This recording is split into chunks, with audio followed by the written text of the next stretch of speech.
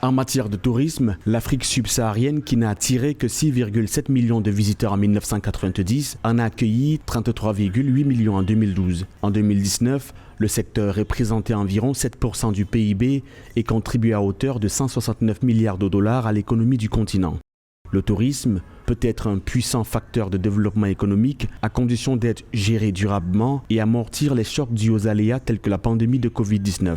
Dans le but de contourner ces difficultés, le Gabon mise sur la digitalisation à travers l'Agatour, l'agence gabonaise de développement et de promotion du tourisme, qui a pour directeur général Christian Mbina. Aujourd'hui, si on ne peut pas travailler avec le digital, on reste complètement largué dans les nouvelles stratégies de communication. Donc le digital prend une place importante et le e-tourisme s'installe au cœur donc de toute notre stratégie.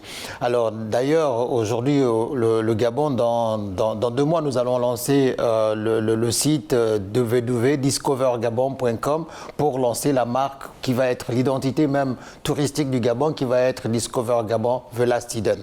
C'est donc ce que nous sommes la stratégie sur laquelle nous sommes en train de travailler. Et autour de ça, justement, il y a pas seulement le site web, mais il y a toutes les applications qui sont des applications sur la restauration, les applications sur l'hôtellerie, qui vont accompagner donc ce site web.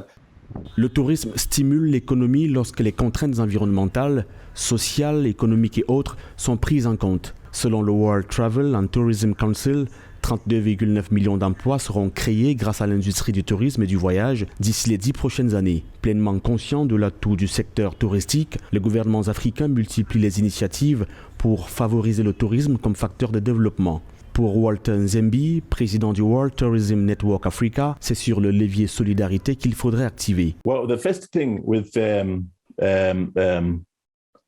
strategy going forward is institutionalization of tourism at the regional level and at continental level.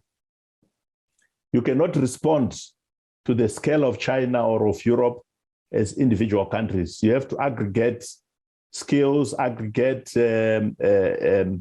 potential to invest in our own continent at the regional level. So we need to harness a regional scale at every level.